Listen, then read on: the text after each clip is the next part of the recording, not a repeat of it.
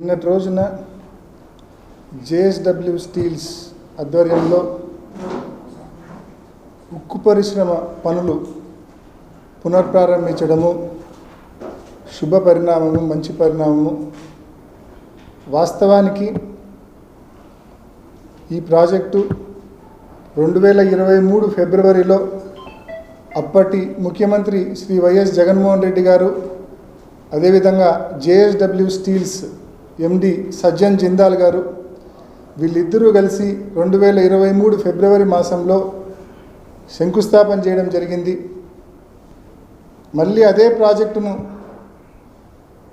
రెండోసారి చంద్రబాబు నాయుడు గారు నిన్న శంకుస్థాపన చేయడం జరిగింది.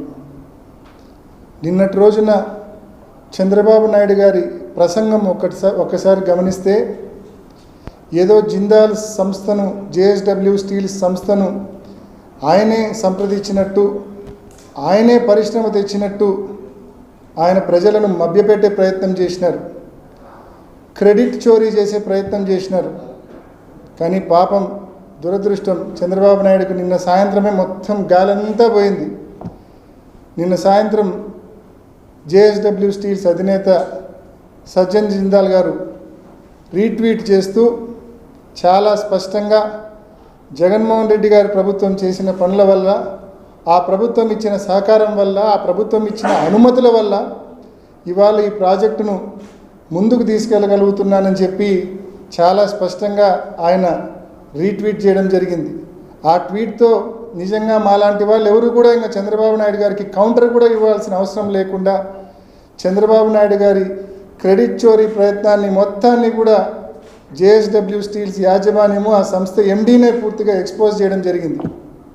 మరి ప్రజలంతా కూడా గమనించారు నిన్నటి రోజున. వాస్తవానికి ఒక్కసారి జమ్మలమడుగులో ఉక్కు పరిశ్రమకు సంబంధించిన గతాన్ని ఒక్కసారి నెమరవేసుకుంటే, జ్ఞాపకం చేసుకుంటే మనందరికీ తెలుసు 2007 సంవత్సరంలో జూన్ మాసంలో అప్పటి ముఖ్యమంత్రి దివంగత మహానేత డాక్టర్ వైఎస్ రాజశేఖర రెడ్డి గారు బ్రహ్మిణి స్టీల్స్కు శంకుస్థాపన చేయడం జరిగింది. దాదాపు 1,000-1,200 కోట్ల రూపాయల పనులు కూడా బ్రహ్మిణి స్టీల్స్ అప్పటికే చేసింది. రాజశేఖర రెడ్డి గారు 2009లో మరణించే నాటికే 1,200 కోట్ల రూపాయల పనులు బ్రహ్మిణి స్టీల్స్ అప్పటికే పనులు చేసింది. రాజశేఖర రెడ్డి గారు మరణించిన తర్వాత అనేక కారణాల వలన, అదేవిధంగా ఆ తర్వాత వచ్చిన ప్రభుత్వం పట్టించుకోకపోవడం వలన ఆ పనులు పూర్తిగా ఆగిపోయిన పరిస్థితి కూడా మనమంతా గతంలో చూసినాం. ఆ తర్వాత మళ్ళీ 2018 సంవత్సరంలో మన రాష్ట్రం విడిపోయినాక 2018 సంవత్సరంలో డిసెంబర్ మాసంలో సరిగ్గా జనరల్ ఎలక్షన్స్కు 3 మాసాల ముందు డిసెంబర్ మాసంలో 2018 సంవత్సరంలో అప్పటి ముఖ్యమంత్రి చంద్రబాబు నాయుడు గారు కంబాలదిన్న అనే గ్రామంలో, మైలవరం మండలంలో మరి ఉక్కు పరిశ్రమకు భూమి పూజ చేసినారు. ఆ రోజు చంద్రబాబు నాయుడు గారు ఎందుకు శంకుస్థాపన చేసినాడో, ఎందుకు భూమి పూజ చేసినాడో ఆయనకే తెలియాలి బహుశా. కారణం ఏంటంటే ఎవరు నిర్మిస్తున్నారో తెలియదు. ఇప్పుడు జగన్మోహన్ రెడ్డి గారు జేఎస్డబ్ల్యూ స్టీల్స్ కలిసి శంకుస్థాపన చేసినారని చెప్తున్నాం కదా.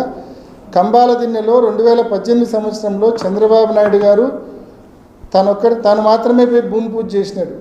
ఎవరు నిర్మిస్తున్నారో తెలియదు. అంటే కేవలం ఎన్నికల కోసం, ఎన్నికల స్టంట్ మాత్రమే ఆ రోజు చంద్రబాబు నాయుడు గారు చేసిన శంకుస్థాపన అనే విషయాన్ని మీ అందరికీ మనవి చేస్తున్నాం. ఆ తర్వాత 2019లో జగన్మోహన్ రెడ్డి గారు ముఖ్యమంత్రి అయిన తర్వాత జరిగిన పరిణామాలు కూడా ఒక్కసారి మీరందరూ కూడా గమనించమని చెప్పి నేను కోరుతా ఉన్నా.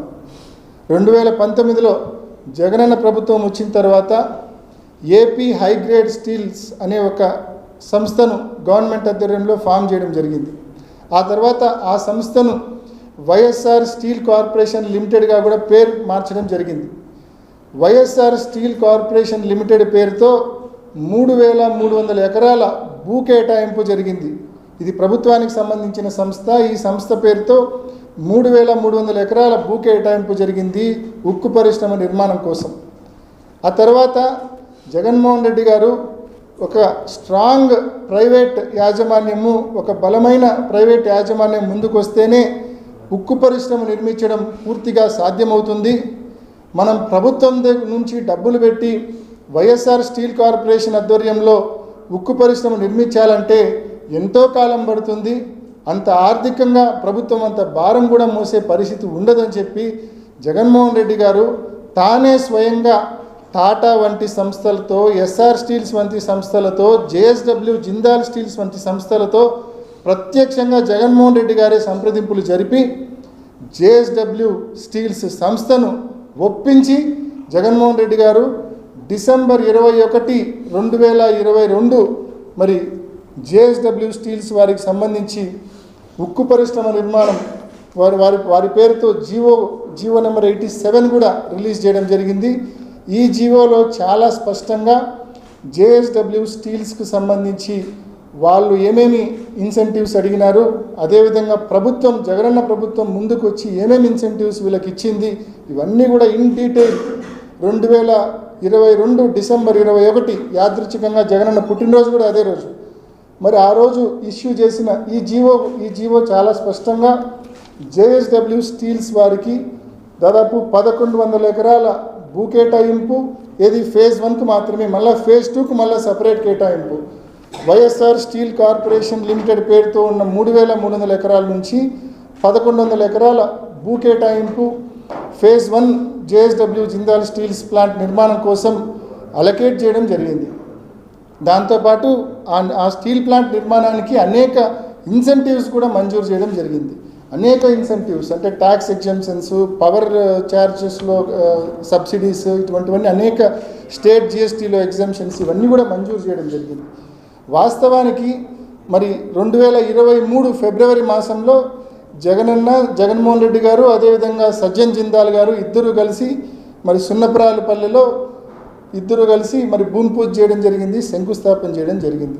ఈ సందర్భంగా ఒకటే అందరినీ గమనించమని నేను కోరుతా ఉన్నా, జగన్మోహన్ రెడ్డి గారు కేవలం భూమి పూజ చేసి లేకుంటే సజ్జన్ జిందాల్ గారితో భూమి పూజ చేసో లేకుంటే శంకుస్థాపన చేసో జగన్మోహన్ రెడ్డి గారు ఆ ఇష్యూ ఆడికి వదిలేదు. జగన్మోహన్ రెడ్డి గారు ఈ ఉక్కు పరిశ్రమ నిర్మాణాన్ని ముందుకు తీసుకెళ్ళడానికి అనేక చర్యలు తీసుకున్నారు. అందులో భాగంగా ఉక్కు పరిశ్రమ కోసం 2 టీఎంసీల నీటి కేటాయింపు చేసినారు. గండికోట నుంచి 2 టీఎంసీల నీటి కేటాయింపు ఉక్కు పరిశ్రమ కోసం చేసినారు. అదేవిధంగా NH 67 నుంచి ఈ ఉక్కు పరిశ్రమకు అప్రోచ్ రోడ్డు కోసము దాదాపు 50 కోట్ల రూపాయలు మంజూరు చేశారు. 12 కిలోమీటర్ల 4 వరుసల రోడ్డు కోసం 50 కోట్ల రూపాయలు మంజూరు చేసినారు.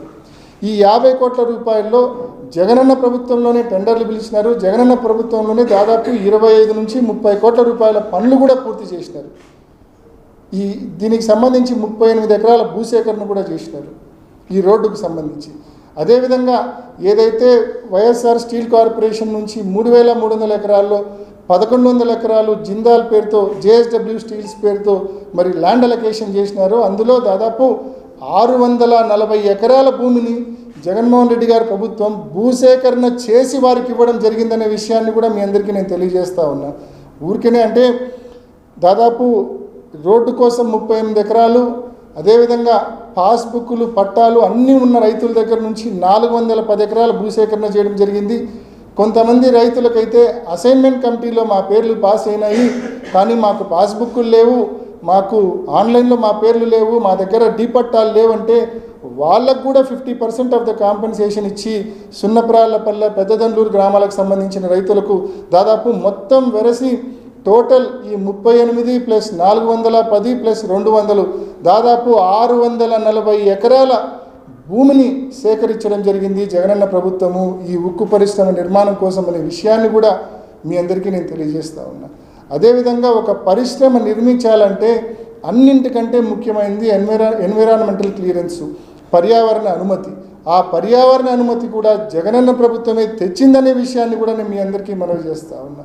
అదేవిధంగా ఏ సంస్థ అయినా సరే నిర్మాణ పనులు మొదలు పెట్టాలంటే ఖచ్చితంగా CFE అనేది ఉండాలంటే కన్సెంట్ ఫర్ ఎస్టాబ్లిష్మెంట్ అనేది మ్యాండేటరీగా ఏ సంస్థకైనా ఉండాలి. ఆ CFE అనుమతులు కూడా కన్సెంట్ ఫర్ ఎస్టాబ్లిష్మెంట్ అనుమతులు కూడా జగనన్న ప్రభుత్వమే తెచ్చిందనే విషయాన్ని కూడా మీ అందరికీ మనవి చేస్తూ ఉన్నా. ఇవన్నీ జగనన్న ప్రభుత్వం చేసింది కాబట్టే ఇంత వ్యయం, ఇంత ఖర్చు చేసింది కాబట్టే, ఇంత భూసేకరణ చేసింది కాబట్టే, అప్రోచ్ రోడ్డు కోసం 50 కోట్ల రూపాయలు మంజూరు చేసింది కాబట్టే 2 టీఎంసీల నీటిని అలకేట్ చేసింది కాబట్టే, పర్యావరణ అనుమతులు ఇచ్చింది కాబట్టే, కన్సెంట్ ఫర్ ఎస్టాబ్లిష్మెంట్ ఇచ్చింది కాబట్టే, ఇన్ని పనులు చేసింది కాబట్టే, ఇంతగా సహకరించింది కాబట్టే నిన్నటి రోజున సజ్జన్ జిందాల్ గారు చాలా స్పష్టంగా మీరు ఇచ్చిన అనుమతుల వల్లనే ఇవాళ ఈ ప్రాజెక్టును నేను ముందుకు తీసుకెళ్ళగలుగుతా ఉన్నానని చెప్పి చాలా స్పష్టంగా స్పష్టం చేయడం జరిగిందనే విషయాన్ని కూడా అందరికీ నేను మనవి చేస్తూ ఉన్నా. మరి వాస్తవాలు ఇంత ప్రస్ఫుటంగా మన ముందు ఉంటే, ఇంత క్లియర్గా జీవోల రూపంలో, సాక్ష్యాల రూపంలో వాస్తవాలు మన కళ్ళెదుటనే ఉంటే, ఇంత పెద్ద ఎత్తున భూసేకరణ చేస్తే, రోడ్డు కోసం ఇంత పెద్ద ఎత్తున డబ్బు వ్యయం చేస్తే, అదేవిధంగా పర్యావరణ అనుమతులు, సిఎఫ్ఈ వంటి అనుమతులు, వాటర్ అలొకేషన్స్ ఇవన్నీ కూడా జగన్మోహన్ రెడ్డి గారే చేస్తే ఏమీ తెలియనట్టుగా వాస్తవాలన్నీ పక్కన పెట్టి చంద్రబాబు నాయుడు గారు నిన్న సభ ఏర్పాటు చేసింది. నిజంగా ఆయన ప్రసంగం చూస్తే ప్రతి ఒక్కరికి కూడా అర్థమవుతుంది, ఈ సభ పెట్టింది ఉక్కు పరిశ్రమ శంకుస్థాపన కంటే కూడా జగన్మోహన్ రెడ్డి గారిని దూషించడానికే నిన్నటి రోజున జమ్మలమడుగులో చంద్రబాబు నాయుడు గారు ఆ సభ పెట్టారని ప్రతి ఒక్కరు కూడా, ఆ సభ చూసిన ప్రతి ఒక్కరు కూడా అనిపిస్తుందనే విషయం కూడా మనవి చేస్తున్నాం. ఎందుకంటే నిన్నటి రోజున వాళ్ళు మాట్లాడిన మాటలు చూసినారు. ఒక ముఖ్యమంత్రిగా ఉన్నాడు, 4 పర్యాయాలు ఆయన మాట్లాడే మాటలు మనం చూసినాం. స్థానిక శాసనసభ్యుడు ఆదినారాయణ రెడ్డి, ఆయన 4 పర్యాయాలు ఎమ్మెల్యేగా ఉన్నాడు, ఒకసారి మంత్రిగా ఉన్నాడు, 70 ఏళ్ళ వయసు వచ్చింది. ఆయన ఏ రకంగా జగన్మోహన్ రెడ్డి గారిని ఉద్దేశించి ఎంత ఘోరంగా దూషించినాడో కూడా మనం చూసినాం. నేను చెప్తా ఉన్న ఆదినారాయణ రెడ్డి గారికి, చంద్రబాబు నాయుడు గారికి, మీరు ఎన్ని అవాస్తవాలు చెప్పినా, ఎంత క్రెడిట్ చోరీ ప్రయత్నం చేసినా ఈ జిల్లా ప్రజలకు, ముఖ్యంగా యువతకు జగన్మోహన్ రెడ్డి గారు చేసిన ఉక్కు పరిశ్రమ కోసం జగన్మోహన్ రెడ్డి గారు చేసిన కృషి ఈ జిల్లా యువతకు, జిల్లా ప్రజలకు తెలుసనే విషయం కూడా మనవి చేస్తూ ఉన్నాం. సింపుల్ ఒకే మాటలో మనం చెప్పాలంటే, కంబాల దిన్నెలో ఉక్కు పరిశ్రమ తేడానికి చంద్రబాబు నాయుడు గారు చేసిన కృషి తెలుసు ఈ జిల్లా ప్రజలకు. సున్నపురాలపల్లిలో ఉక్కు పరిశ్రమ తేడానికి జగన్మోహన్ రెడ్డి గారు చేసిన కృషి కూడా ఈ జిల్లా ప్రజలకు తెలుసు అనే విషయం కూడా మనవి చేస్తూ, మీరెన్ని అవాస్తవాలు చెప్పినా మీ మాటలు, మీ ఆటలు సాగవని మనవి చేస్తూ ఉన్నాం.